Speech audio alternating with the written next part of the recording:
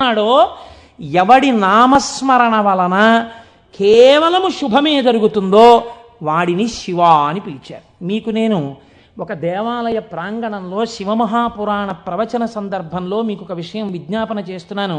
ఇది పరమసత్యం, అబద్ధాలు చెప్పుకోవలసిన దౌర్భాగ్యం నాకు లేదు. బహుశా మా దొరగారికి ఒక్కరికి తెలిసేమో, ఆయన నాకు పేరు జ్ఞాపకంలో లేదు. ఈ ఊళ్ళోనే ఒక వ్యక్తి ఉండేవారు. ఆయన ఒకసారి నా దగ్గరికి వచ్చి, అంటే నా ఉద్దేశం ఇలాంటి బాధల్లో ఉన్న వాళ్ళందరినీ మా ఇంటికి వచ్చేసి నన్ను అడగమని కాదు. ఆయన ఒకసారి మా ఇంటికి వచ్చి, ఒక్కసారి మీకు నమస్కారం చేసి వెళ్ళిపోతానని చాలా వ్యగ్రతతో అన్నాడు. అంటే నేను ఆఫీస్కి వెళ్ళిపోతున్నానండి, టైం అయిపోతుంది, ఇప్పుడు నమస్కారం పెట్టి మాట్లాడడం ఎందుకు? అక్కర్లేదు, నేనేం మాట్లాడను, ఒకసారి నమస్కారం చేసి వెళ్ళిపోతానని. సరే చెయ్యండి, కానీ అది మీరు నమస్కారం చేస్తానన్నట్టు లేదు, ఒక్కసారి మిమ్మల్ని కొడతానన్నట్టుంది. ఎందుకంత భావన వ్యగ్రత అన్న అంటే, ఇవాళే నా జీవితానికి చిట్ట చివరి రోజు, నేను ఆత్మహత్య చేసుకోబోతున్నాను.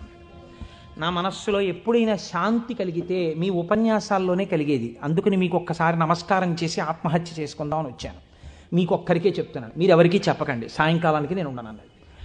నేను హడిలిపోయిన ఇది నాకు చెప్పాడు బాబని, అది నేను తర్వాత ఎడతాను ఆఫీస్కి, అవసరమైతే హాఫ్ డే సీఎల్ ఎడతాను, కూర్చోండి అని కూర్చోబెట్టాను. అంటే బాబా ఇలా మా ఇంటికి వచ్చేయమని ఆలోచన అండి. కాబట్టి కూర్చుంటే ఏమి మీకు ఎందుకు కలిగింది బాధ? ఆయన ఏదో పాపం చాలా చెప్పుకొచ్చాడు ఏడుస్తూ. నేనన్నా సరే ఒక పని చేయండి, ఆఖరి ప్రయత్నం ఒకటి చేయండి. మీరు దీక్షగా 42 రోజులు శివాలయానికి ఎవ్వరికీ చెప్పద్దు.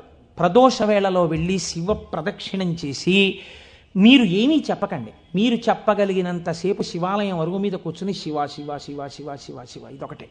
ఒక 42 రోజులు ఈ దరిద్రాన్ని, మీ కష్టాల్ని అనుభవించి చూడండి అన్నారు. మీరు నమ్ముతారా? ఆ వ్యక్తి నా దగ్గరికి వచ్చి, నా జీవితంలో ఆశించని రీతిలో నా జీవితానికి ఒక కొత్త మలుపు తిరిగిందండి, నేను వరంగల్ వెళ్ళిపోతున్నాను, నేను సెటిల్ అయిపోతున్నానని చెప్పాడు. ఆ వ్యక్తే నాకు ఈ మధ్యనే మళ్ళీ ఫోన్ చేసి, కోటేశ్వరారు ఇప్పుడు నేను ఎంత ఆనందంగా ఉన్నానోనండి, ఒక్కసారి మీరు ఏమైనా వరంగల్ వస్తారేమిటండి ఉపన్యాసాలకి, మీ దర్శనానికి వద్దాం అనుకుంటున్నాను, నేను కూడా కాకినాడ అన్నాడు. అయ్యా మీరు ఎప్పుడైనా కాకినాడ, ఇప్పుడు అక్కర్లేదు, ఇప్పుడో తర్వాత వద్దురు కానీ, నేను వరంగల్ ఇప్పుడు మాత్రం రావట్లేదు, నేను వరంగల్ వస్తే చెప్తాను, అప్పుడు మీరు నా దగ్గరికి వద్దురు కానీ తప్పకుండా దర్శనానికి అన్నాడు. కళ్యాణి అందులో అంటారే, ఏతి జీవంతిమానందో నరం వర్ష శతాదపి అంటుంది సుందరకాండ. 100 ఏళ్ళు బతికిన వాడు శుభాన్ని చూస్తాడు. అందుకే తొందరపడి ఏదో సమస్య ఉందని ఆత్మహత్యలు చేసేసుకుంటాం, ఇలాంటి మాటలు అనకూడదు. కాబట్టి చూడండి, శివుడు ఉద్ధరించగలడు అనడానికి ప్రత్యక్ష ప్రమాణం మనకే ఉంది కదా. శివం అంటే మంగళం, శోభనం, శ్రేయస్సు, కళ్యాణం. ఏ శుభము నీకు కావాలన్నా శివానుగ్రహముగానే వస్తుంది. శివానుగ్రహము కలిగితే నీ ఇంట సర్వమంగళములు జరుగుతాయి. అందుకే శంకర భగవత్పాదాచార్య స్వామి శివానంద లహరిలో ఒక మాట అంటారు, అసలు శివ నిన్ను చూసి ఏదేదో అనుకుంటుంటారు, అసలు నీ స్వరూపం ఒక్కసారి ఆలోచించు. కరస్తే హేమాద్రౌ గిరిశ నికటస్తే ధనపతౌ గృహస్థే స్వర్భూజామరసురభి చింతామణిగణే శిరస్థే సీతాంశౌ చరణయుగళస్తే అఖిల శుభౌ కమర్థం దాస్యేహం భవతు భవదర్థం మమ మనః అంటారు. శంకర, నాకు శుభం ఇయ్యని అడగడానికి నీకు నేనేమి ఇచ్చివను? కరస్తే హేమాద్రౌ, ఒక చేతిలో నువ్వు మేరు పర్వతం బంగారు కొండ పట్టుకున్నావు, బంగారు కొండే నీకుంది, ఇంకేమివ్వను? గిరిశ నికటస్తే ధనపతౌ, గిరిశ ఓ శంకర, నీ పక్కన నవనిధులకు అధిపతి అయిన కుబేరుడు ఇలా నిలబడ్డాడు. నువ్వు ఎప్పుడు కుబేరా కొంచెం ఏమైనా 2 రూపాయలనా ఏంటి అనలేదు. ఆయనే ఎప్పుడు ఏమైనా అడుగుతావేమోనని ఇలా నిలబడ్డా, ఆయన కోరిక తీరలేదు. గిరిశ నికటస్తే ధనపతౌ, కుబేరుడు నీ పక్కన ఉన్నాడు. గృహస్థే స్వర్భూజామరసురభి చింతామణిగణే, నీ ఇంట కల్పవృక్షాలు, కామధేనువులు, చింతామణులు రాసులు పోసి ఉన్నాయి. ఎన్ని కామధేనువులో, ఎన్ని కల్పవృక్షాలో, చింతామణులతో గోడలు కట్టారు నీ ఇంట్లో. పోన్లేవయ్యా ఇవన్నీ ఉన్నాయి, కానీ నీకేదో మోక్షం ఇస్తాను, నీకేమైనా అనారోగ్యం వస్తే తగ్గిస్తానడానికి నీ యొక్క శిరస్సు మీద సీతాంశు చంద్రబింబం ఉంది, చంద్రరేఖ ఉంది, కాబట్టి మోక్షం ఇచ్చే అధికారం నీకుంది. ఇంకా నీకు నేనేమివ్వను? నాది నాది అన్నది ఒక్కటి ఉంది నా దగ్గర, నీది కాదని నా దగ్గర ఉన్నది అన్నది ఏమిటో తెలుసా?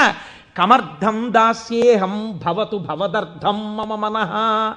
నాది అని అస్తమానం నన్ను బంధనంలో పడేసే ఈ మనస్సు నీకు ఇచ్చేస్తా, బుచ్చేసుకో. ఏదో రకంగా ఆయన పాదాల దగ్గర చేరడానికి శంకరాచార్యులు వారు మన కోసం చేసినటువంటి శ్లోకం కమర్థం దాస్యేహం భవతు భవదర్థం మమ మనః మమ అన్న చోట నేను అన్న శబ్దం శంకరాచార్యుల వారి కోసం అండి, ఆయన అపరశంకరుడు.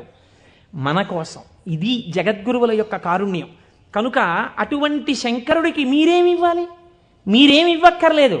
కానీ మీరు ఇలా నమస్కరిస్తే చాలు, ఒక్కసారి శివ అంటే చాలు, ఆయన పొంగిపోతాడు. అందుకు కదా మనం ప్రదోష వేళలో ఉపన్యాసం మొదలుపెట్టే ముందు శివాష్టోత్తర శతనామ స్తోత్రాన్ని ఒక్కసారి అనుసంధానం చెయ్యాలి అని మనం అనుకుంటున్నాం. మీరు చూడండి, నేను ఇక్కడ మీకు ఒక గంభీరమైనటువంటి విషయాన్ని వాళ్ళ ప్రస్తావన చెయ్యాలి అని అనుకుంటున్నాను. ఆనందం వస్తే కళ్ళజోడు తీసేస్తూ ఉండడం, మళ్ళీ పెట్టుకు చూసుకుంటూ ఉండడం. బాగుందండి మీరు చెప్పింది, శంకరుడు అంతటి గొప్పవాడే, ఇంతవరకు బాగుంది. కానీ ఇలా ఆయన ఎప్పుడూ మా కంటితో మేము చూడని రూపంలో ఉండడమేనా, లేకపోతే మాకు ఇంతకన్నా ఏమైనా గొప్ప ఉపకారం చేశారా? కళ్యాణం, భద్రం, శ్రేయం, శోభనం, శుభం, వీటన్నింటికీ అర్థం కేవలం శుభాలు చేసుకోవడం, పెళ్ళిళ్ళు చేసుకోవడం, బూరులు తింటూ ఉండడం, గారులు తింటూ ఉండడం, ఇవేనా? ఇంకేమైనా చెప్పారా శంకరుడు? ఇవే నా అర్థం, నేను ఇవే మీకు చేసి పెడుతుంటానని ఏమైనా అన్నారా? దీన్ని మీరు చాలా జాగ్రత్తగా గంభీరంగా పట్టుకోవాలి. మీరు ఇది పట్టుకునే ప్రయత్నం చేస్తే శివపురాణం విషయంలో మీకు ఒక గొప్ప అవగాహన ఏర్పడిపోతుంది. కాబట్టి చెవులు రిక్కించి చాలా జాగ్రత్తగా వినే ప్రయత్నం చేయండి. కదిలినటువంటి శివుని యొక్క స్వరూపాన్నే నటరాజమూర్తి అని పిలుస్తాం. ఎదర వ్యాఖ్యానం పురాణంలో వస్తుంది, అప్పుడు నేను నటరాజ తత్వం గురించి, చిదంబరం గురించి చెప్తాను. అప్పుడు విందురు కానీ ఇప్పటికొకటి తెలుసుకోండి, తనలో తాను రమించిపోతున్నటువంటి శివుడు అలలు లేని సరస్సు. కాబట్టి తనలో తాను రమిస్తుంటాడు, కదలిక ఉండదు. ఇప్పుడు అదే శివుడు సృష్టికర్త, స్థితికర్త, ప్రళయకర్తగా ఉన్నాడు అనుకోండి, కదులుతూ ఉంటాడు. ఈ కదిలినప్పుడు నటరాజు నాట్యం చేస్తుంటాడు. నటరాజు సృష్టి స్థితి ప్రళయకర్త అయి నటిస్తున్నప్పుడు పక్కన దగ్గరగా ఎవరైనా నిలబడతారా? నిలబడి అలా చూస్తూ సంతోషపడిపోయే వాళ్ళు ఎవరైనా ఉన్నారా నటరాజుని? శ్రీ మహావిష్ణువు అంతటి వారు అసుర సంధ్య వేళలో మధ్యలో వాయిస్తూ ఉంటారు, శంకరుడు నాట్యం చేస్తుంటే. కాబట్టి ఉట్టిన ఏమీ చేయకుండా స్పెక్టేటర్స్ పాస్ అని చెప్పి ఏమైనా ఇస్తారా? రేపాక సుబ్బారావు సూర్యకళా మందిరానికి ఇచ్చినట్టు ఇస్తే వెళ్ళి కూర్చున్న పాస్ పట్టుకుని మొదటి వరుసలో చాలా దగ్గరగా ఉట్టిన ఏ సహాయం చేయకుండా ఇలా చేతులు కట్టుకుని అబ్బా చాలా బాగా చేస్తున్నారండి అని ఇలా సంతోషంగా చూసేవాళ్ళు కూడా ఎవరైనా ఉంటారా సభలో? అంటే శాస్త్రం అంది ఇద్దరున్నారు, ఇద్దరే చూస్తారు. అలాగా మిగిలిన వాళ్ళందరూ నటరాజ తాండవమునందు సహాయం చేస్తుంటారు. ఆ ఇద్దరెవరో తెలుసా? ఒకరు వ్యాఘ్రపాదుడు, ఒకరు పతంజలి. వీళ్ళిద్దరే చూస్తూ ఉంటారు. వ్యాఘ్రపాదుడి యొక్క శరీర అధోభాగం పులిగా ఉంటుంది, పతంజలి యొక్క శరీర అధోభాగం పావుగా ఉంటుంది. పతంజలి ఆదిశేషుని యొక్క అంశం. ఈ పతంజలి వ్యాకరణానికి మహాభాష్యం చేశారు. ఈ పతంజలి 1000 నాలుకలతో సమాధానం చెప్పేవారు. ఒకానొకసారి ఈ పతంజలి మహర్షి దగ్గరికి 1000 మంది శిష్యులు వచ్చి, అయ్యా మీ దగ్గర మేము వ్యాకరణం నేర్చుకోవాలనుకుంటున్నామని అడిగారు. పతంజలి మహర్షి అన్నారు, సరే మీకు 1000 మందికి నేను నేర్పుతాను ఏకకాలంలో. ఎవరు ఏ స్థాయిలో ఉన్నారో ఆ స్థాయిలో పాఠం చెప్పేస్తాను. మీకు ఉదాహరణకి వ్యాకరణం అంటే కొద్దిగా సంగీతంతో పోల్చండి. కొద్దిగా అమరిక కోసం సంగీతం నేర్పేటప్పుడు బాగా కీర్తనల్లోకి వచ్చేసిన వాళ్ళకి, ఇంకా సరిగమ పదనిసల్లో ఉన్న వాళ్ళకి, from the lowest string to the highest string కలిపి కూర్చోపెట్టి సంగీతం నేర్పడం కుదరదు. ఎందుకనంటే ఎవరికి వాళ్ళకే టైం ఉండాలి, వాళ్ళ స్థాయికి తగినట్టు వాళ్ళకి చెప్తూ ఉండాలి. వ్యాకరణ మహాభాష్యం చెప్పేటప్పుడు 1000 మంది 1000 రకాలైన ప్రశ్నలు వేస్తారు. 1000 మందికి ఒకేసారి జవాబు చెప్పాలి. కాబట్టి ఇప్పుడు తాను ఎలా చెప్పాలి? తాను ఆదిశేషుడు కనుక శేషాంశతో చెప్పాలి, 1000 నాలుకలతో చెప్తాను. కానీ 1000 నాలుకలతో చెప్పినప్పుడు ఒక ప్రమాదం ఉంది. శేషాంశతో ఉంటాను, దానిలో విషపు గాలి కూడా వస్తుంది, ఎదురుగుండా కూర్చున్నవాడు బూడిదైపోతాడు. కాబట్టి తెర అడ్డం కడతాను. ఇది చిదంబరంలో జరిగిందండి యథార్థంగా. నేను ఒక తెర అడ్డం కట్టి లోపల నేను కూర్చుంటాను, మీరు బయట కూర్చోండి. మీరు ప్రశ్నలు అడుగుతూ ఉండండి, నేను చెప్పేస్తుంటాను 1000 నాలుకలతో. ఒక్క నియమం, 1000 నాలుకలతో నేను కష్టపడి 1000 మంది శిష్యులకు సమాధానం చెప్పడానికి కూర్చుని ఉండగా ఎవడైనా సరే నేను పాఠం పూర్తయిందనే లోపల లేచి వెళ్ళిపోతే వాడు బ్రహ్మరాక్షసుడైపోతాడని చెప్పి శాపం పెడుతున్నానన్నారు. 1000 మంది శిష్యులు కూర్చున్నారు. కొంతమందికి అసలు ప్రారంభంలోనే అనుమానాలు ఉంటాయి. అలాంటి వాళ్ళు కూడా ఉంటారు. ఇప్పుడు ఇది మోక్షద్వారం, ఇందులో దూరితే మోక్షం వస్తుంది అన్నాం అనుకోండి, ఇది ఎవరు పెట్టారండి అంటాడు. వెంటనే వాళ్ళు వచ్చారు. అసలు ముందు తెలుసుకోవడం కన్నా అనుమానాలు ఎక్కువ. అక్కడే పతనం ప్రారంభం. విన్నదాన్ని మననం చేసి దీన్ని మనం ఎంత అనుష్ఠానంలోకి తెద్దామని చూడకుండా మనం ఎన్ని అనుమానాలు ఇందులో తెచ్చేసుకుందాం అనేటప్పటికీ అవి ఎప్పటికీ ఆగవు. మీకు ఎప్పటికీ ఆగవు అనుమానాలు. ఇప్పుడు ఏమైపోయింది, ఇందులో ఒకటికి అనుమానం వచ్చింది. ఏమిటో వెళ్ళిపోతే బ్రహ్మరాక్షసుడు అంటున్నాడు. ఈ మాట వినగానే అసలు నాకు తోచడం మానేసింది. అసలు ఈయన మొదలెట్టే లోపలే కాసేపు బయటికి వెళ్ళి తిరిగి వస్తే మనశ్శాంతిగా ఉంటుంది. పాఠం మొదలెట్టే లోపల వచ్చేద్దామని ముందే వెళ్ళిపోయాడు ఆయన. పాఠం మొదలెట్టేటప్పటికి వద్దాం కాస్త మనశ్శాంతి వస్తుంది. లేకపోతే ఈయన ఏమిటో లోపల నేను 1000 నాలుకలు అంటున్నాడు, తెరత్తకూడదు అంటున్నాడు. ఓరు నాయనో ఇదంతా ఏ గొడవగా ఉంటుందో, వెళ్ళిపోతే బ్రహ్మరాక్షసుడు అంటాడు. ముందే కాస్త తిరిగి వస్తే, అలా తిరిగి వచ్చేస్తే కాస్త మనశ్శాంతిగా ఉంటుంది. అప్పుడు వచ్చి కూర్చుందాం పాఠానికని ముందే వెళ్ళిపోయాడు ఆయన. అంటే ఎలా ఉంటారో చూడండి లోకం. ఇప్పుడు పతంజలి వ్యాఖ్యానం మొదలుపెట్టారు. 1000 నాలుకలతో చెప్పేస్తున్నారు ఆయన పాఠం. ఒక ఆయనకి అనుమానం వచ్చింది. ఏమిట్రా 1000 మంది అడుగుతున్నాం, 1000 మందికి చెప్పేస్తున్నాడు సమాధానాలు, ఎలా చెప్తున్నాడు రా ఈయన? తెరడ్డం కట్టాడు, నేను చెప్తాను లేండి అన్నాడు. నిజంగా అసలు ఎలా చెప్పగలుగుతున్నాడో ఒక్కసారి చూద్దామని. చూడండి, సేవ చేస్తున్నారు పరమాత్మకి అని తెరడ్డం పెడితే ముందు వరుసలో కూర్చున్నవాడు తెరెత్తి చూస్తుంటాడు. ఎంత తప్పది అంటే అది కూడా భక్తి. కాబట్టి అలా ఆ పతంజలి అటు కూర్చుని ఉండగా ఒక శిష్యుడు ఏం చేశాడంటే మెల్లిగా తెరెత్తాడు. తెరెత్తి చూశాడు.